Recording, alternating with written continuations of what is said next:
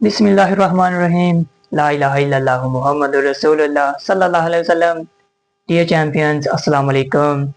Class 10 के champions, उम्मीद करता हूँ आप सब बेहतरीन, लाजवाब और शानदार होंगे।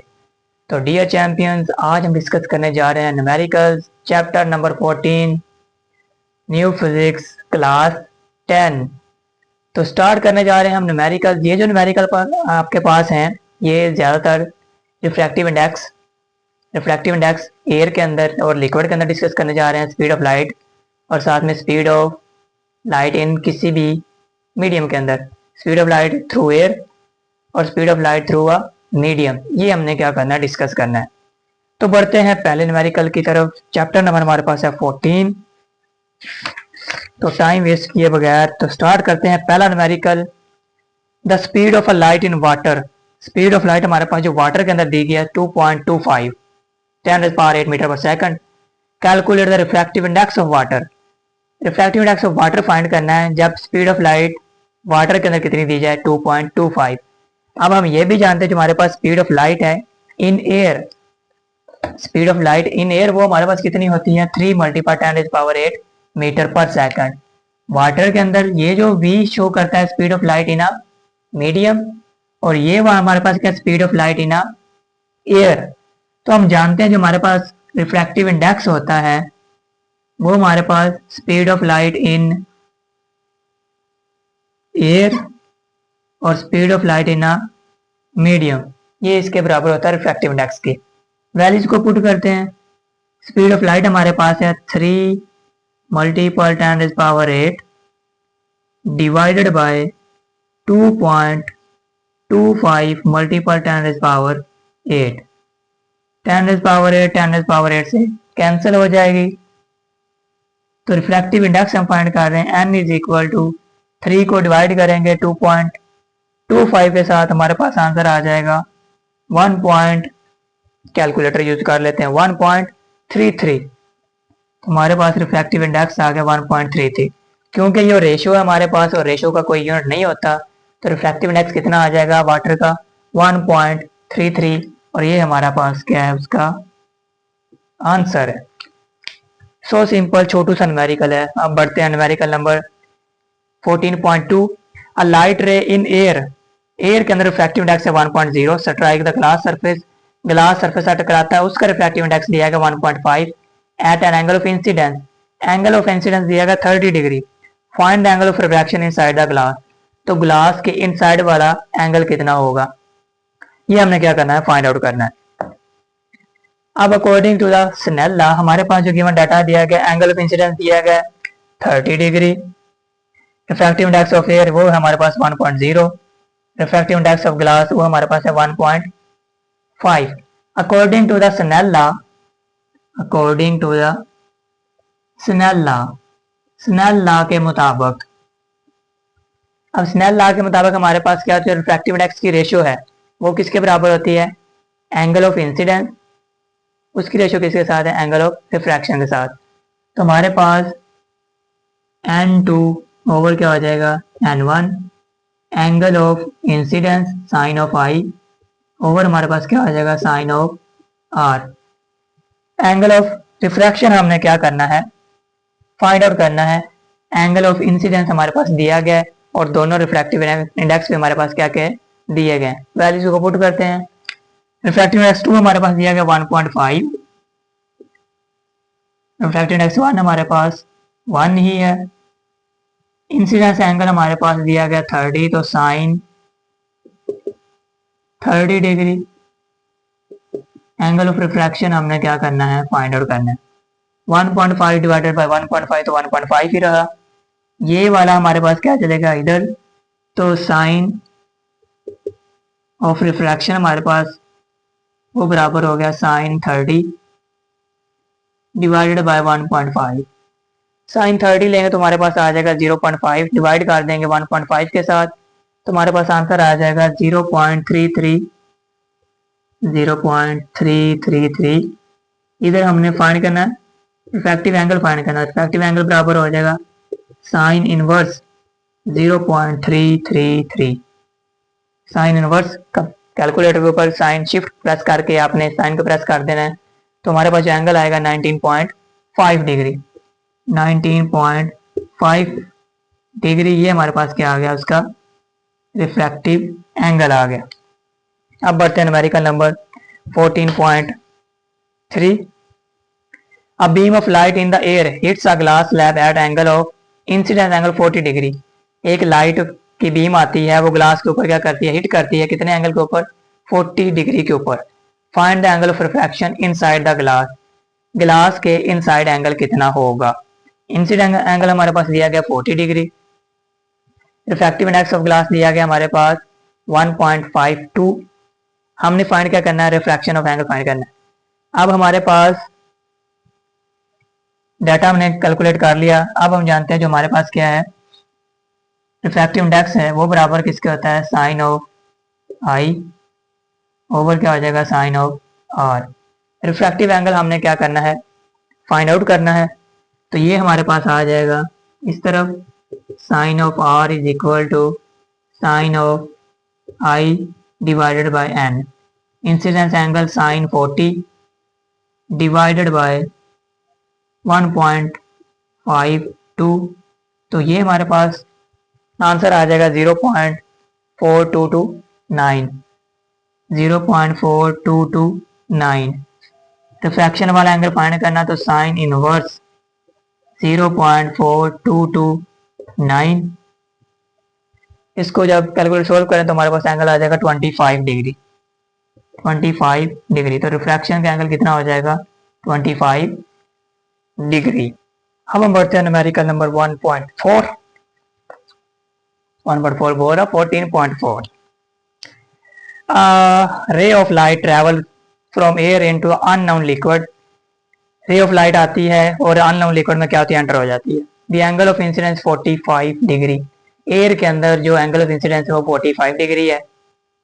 And the angle of refraction in the liquid is 30 degree, और लिक्विड के अंदर कितना एंगल है, 30 degree. Calculate the refractive index of unknown liquid, जो अननोन लिक्विड है उसका हमने क्या करना है, रिफ्रैक्टिव इंडेक्स क्या करना है, फाइंड आउट करना है। एंगल ऑफ इंसिडेंस हमारे पास 45 डिग्री दिया गया, एंगल ऑफ रिफ्रैक्शन है 30 डिग्री, और एयर के अंदर जो रिफ्रैक्टिव इंडेक्स है वो दिया गया 1.0। सेकंड वाला रिफ्रैक्टिव इंडेक्स हमने क्या करना है, फाइंड करना है। अब हम जानते हैं हमारे पास according to the Snell law n1 over n2 is equal to sine of incidence, और sorry to say n2 over n1 is equal to sine of I over क्या हो जाएगा, साइन ऑफ आर। हमने फाइंड करना n2, तो n2 is equal to हो जाएगा, incidence angle हमारे पास दिया गया sine 45 degree divided by sine 30 degree multiple 1। Sine 45 लेंगे तो हमारे पास आ जाएगा 0.707, 0.0707 डिवाइडेड बाय साइन 30 लेंगे तो हो जाएगा 0.5। इनको डिवाइड कर देंगे तो हमारे पास आंसर कितना आ जाएगा, 1.41, 1.41। तो जो रिफ्रैक्टिव इंडेक्स है अननोन लिक्विड का वो हमारे पास कितना है, 1.41।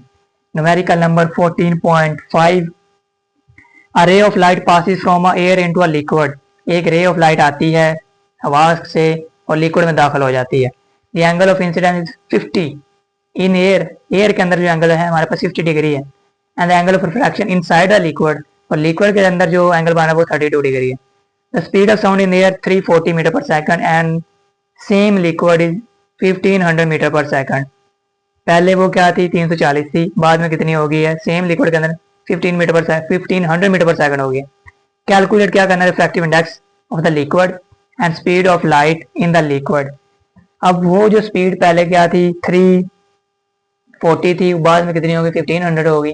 हमने वही स्पीड किसमें के अंदर फाइंड करनी है, रिफ्रैक्टिव इंडेक्स फाइंड करना है, और स्पीड ऑफ लाइट फाइंड करनी है उस लिक्विड के अंदर, वो कितनी होगी। अब हमारे पास डाटा जो दिया गया, एंगल ऑफ इंसिडेंस हमारे पास 50 डिग्री है, एंगल ऑफ रिफ्रैक्शन 32 डिग्री है, और रिफ्रैक्टिव इंडेक्स इन एयर वो हमारे पास 1 है, और 2 हमने क्या करना है, लिक्विड के अंदर फाइंड आउट करना है। अब स्पीड ऑफ लाइट भी फाइंड करेंगे लिक्विड के अंदर, वो कितनी होगी। तो हम जानते हैं according to Snell law n2 over n1 is equal to sine of I over हमारे पास क्या आ जाएगा, साइन ऑफ आर। N2 हमने फाइंड करना है। N2 is equal to sine of i हमारे पास दिया गया angle of incidence 50 degree, sine of 32 degree multiple क्या हो जाएगा 1 हो जाएगा। वैल्यूज को पुट करने के बाद साइन 50 लेंगे तो वो हमारे पास आ जाएगा 0.7660। ये हमारे पास हो जाएगा 0.7660। साइन 32 लेंगे तो वो हमारे पास हो जाएगा साइन 0.5299 मल्टीपल क्या हो जाएगा 1। तो ये हमारे पास आंसर आ जाएगा इफेक्टिव इंडेक्स 2 का 1.45। तो उस लिक्विड का जो रिफ्रैक्टिव इंडेक्स है 1.45। अब हमने फाइंड क्या करनी है उसकी speed. Speed of light in air वो हमारे पास कितनी होती है। Speed of light in air वो होती है हमारे पास 3 multiple 10⁸ metre per second. Refractive index हमारे पास दिया गया 1.5 जो हमने अभी कैलकुलेट किया है। तो n is equal to C over V. उस स्पीड ऑफ लाइट को हमने लिक्विड के अंदर क्या करना है फाइंड आउट करना है। ये हमारे पास क्या होगा लिक्विड के लिए, तो v बराबर हो जाएगा c over refractive index. Refractive index हमारे पास है 1 पहले स्पीड ऑफ लाइट लिखते हैं, वो हमारे पास है 3 मल्टीपल 10⁸ डिवाइडेड बाय 1.45। तो ये हमारे पास आंसर आ जाएगा 2.07 मल्टीपल 10⁸ मीटर पर सेकंड। इतनी स्पीड ऑफ लाइट होगी उस लिक्विड के अंदर 2.07 multiple 10⁸ metre per second. Numerical number 14.6 light travel inside a glass block of in refractive index 1.6। Light travel करती है ग्लास बॉक्स के अंदर, उसका रिफ्रैक्टिव इंडेक्स दिया गया 1.6। It strikes the glass boundary से टकराती है। Calculate the critical angle for total internal reflection. Total internal reflection के लिए क्रिटिकल एंगल फाइंड आउट करें। रिफ्रैक्टिव इंडेक्स ग्लास में दिया गया 1.6, क्रिटिकल एंगल हमने क्या करना है फाइंड आउट करना है। अब हम जानते हैं जो हमारे पास क्रिटिकल एंगल का formula 1/n is equal to sine of I over हमारे पास क्या आ जाएगा sine of r. Sine of i हमारे पास क्या है इंसिडेंट एंगल है और साइन ऑफ आर हमारे पास क्या है रिफ्रैक्टिव एंगल है। अब क्रिटिकल एंगल को फाइंड आउट करने के लिए हमारे पास जो कंडीशन बनती है साइन ऑफ इंसिडेंस एंगल वो हमारे पास क्या हो जाएगा क्रिटिकल एंगल हो जाएगा, और एंगल ऑफ जो रिफ्रैक्शन है 90 के ऊपर जब रिफ्रैक्ट होगा तभी वो क्या करेगा क्रिटिकल एंगल देगा आपको। अब हमने फाइंड क्या करना है जो साइन ऑफ आई है इंसिडेंट एंगल क्रिटिकल एंगल हमने फाइंड करना है। तो हमारे पास क्या हो जाएगा 1/n is equal to sine of c यानी क्रिटिकल एंगल फाइंड करना है ओवर क्या हो जाएगा साइन ऑफ 90 डिग्री। अब हम जानते हैं जो साइन 90 वो कितना होता है 1। तो हमारे पास साइन ऑफ सी बराबर किसके हो गया 1 ओवर रिफ्रैक्टिव इंडेक्स दिया गया 1.6, इसको डिवाइड करेंगे तो हमारे पास आंसर आ जाएगा 0.625। क्रिटिकल एंगल फाइंड करना तो साइन इनवर्स इधर आ गया 0.625। साइन इनवर्स 625 लेंगे तो हमारे पास आंसर आ जाएगा 38.6 डिग्री 38.68 डिग्री। तो ये हमारे पास वो क्या आ गया क्रिटिकल एंगल आ गया जब आपके पास रिफ्रैक्टिव इंडेक्स कितना दिया गया 1.6। Now move to the numerical number 14.7. An object is placed 15.0 centimeter in front of convex mirror. एक ऑब्जेक्ट है उसे कन्वेक्स मिरर के सामने 15 सेंटीमीटर के दूरी पर रखा गया है। फॉर्मिंग अ वर्चुअल इमेज, और वो वर्चुअल इमेज बना रही है 7.5 centimetre behind the mirror, mirror से पीछे की तरफ। What is the focal length of the mirror, तो उस मिरर की फोकल लेंथ कितनी होगी ये हमने क्या करनी है फाइंड आउट करनी है। इसके लिए हम क्या यूज करने जा रहे हैं मिरर फार्मूला। मिरर फार्मूला हमारे पास क्या होता है, क्या यूज करेंगे हम मिरर फार्मूला। मिरर फार्मूला हमारे पास होता है 1/f, ये हमारे पास फोकल लेंथ है, 1/p प्लस 1/q। p हमारे पास ऑब्जेक्ट का डिस्टेंस होता है और q हमारे पास इमेज का डिस्टेंस होता है। क्योंकि इमेज हमारे पास क्या बन रही है, वर्चुअल, इसलिए उसके साथ क्या आ रहा है, नेगेटिव साइन आ रहा है। वैल्यूज को पुट करते हैं, फोकल लेंथ हमने फाइंड करनी है 1/p यानी कि 1/15 प्लस 1/-7.5। अब पॉइंट को हम खत्म करने के लिए ये जो 7.5 है इसके नीचे क्या लिख सकते हैं, 10, तो ये पॉइंट क्या हो जाएगा, खत्म। इसको हम फिर लिख सकते हैं जो इसके नीचे क्या आ जाएगा, इधर क्या आ जाएगा 10, ये 10 ऊपर जाके क्या हो जाएगा, मल्टीपल हो जाएगा इसके साथ।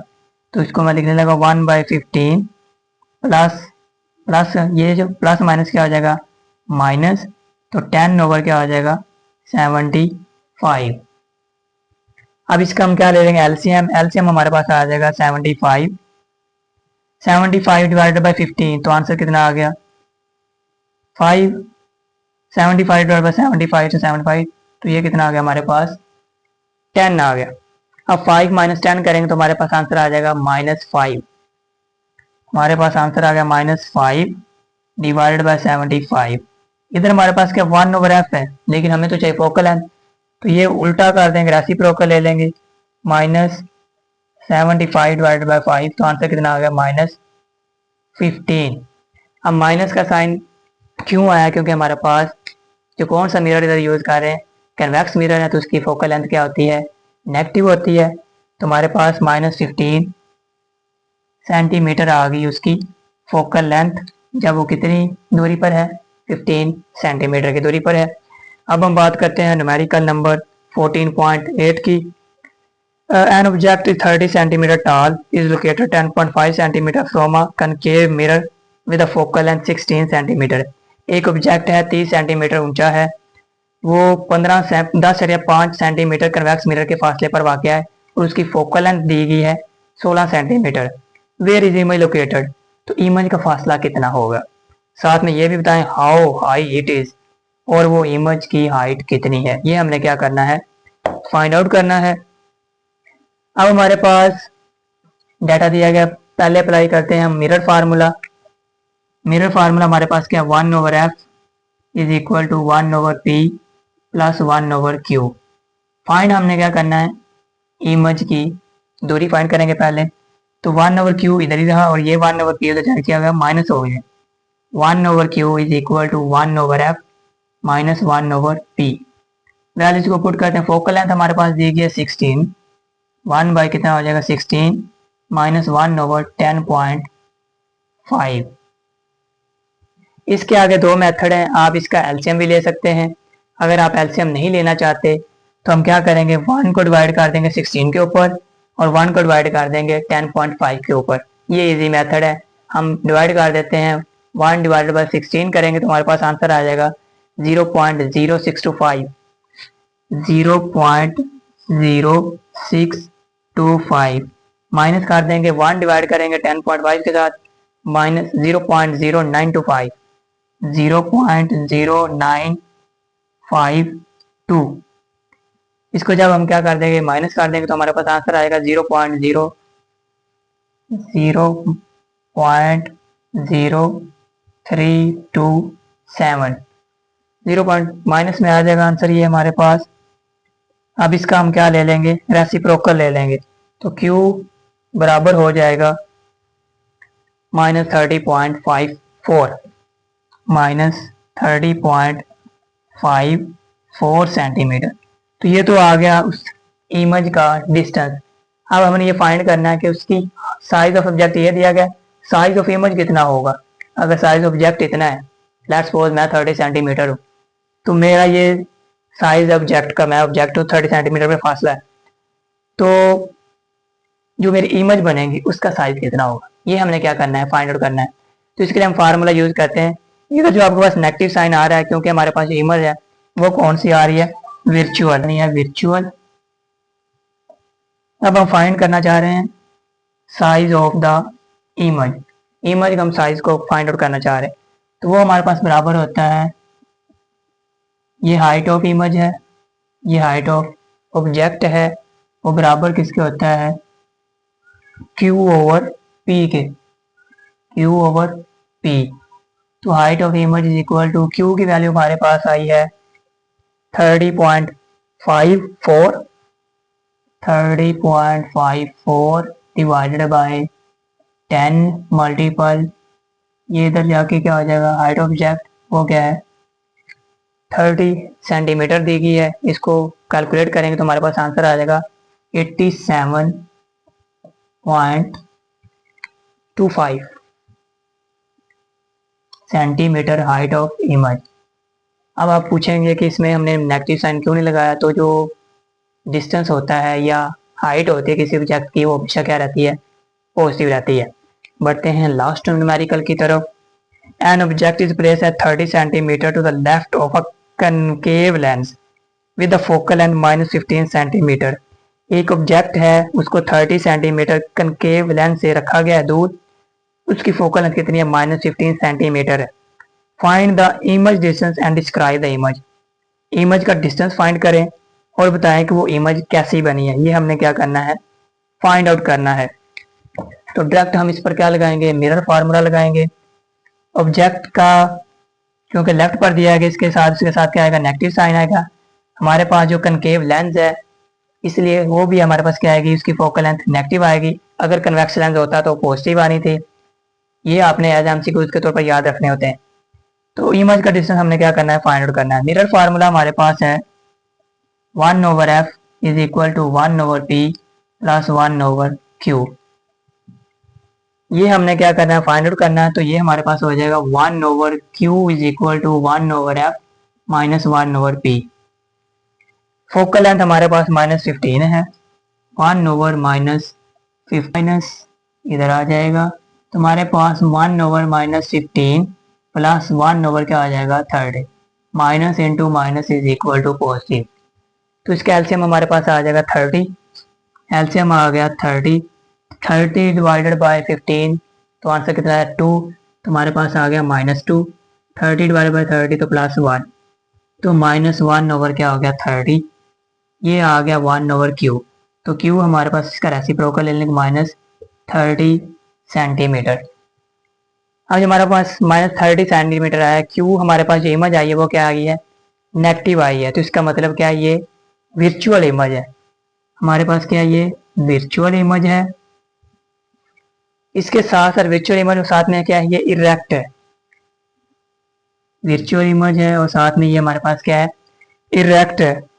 और इसका साइज हमारे पास क्या है, is form on the same side of the lens as of the object.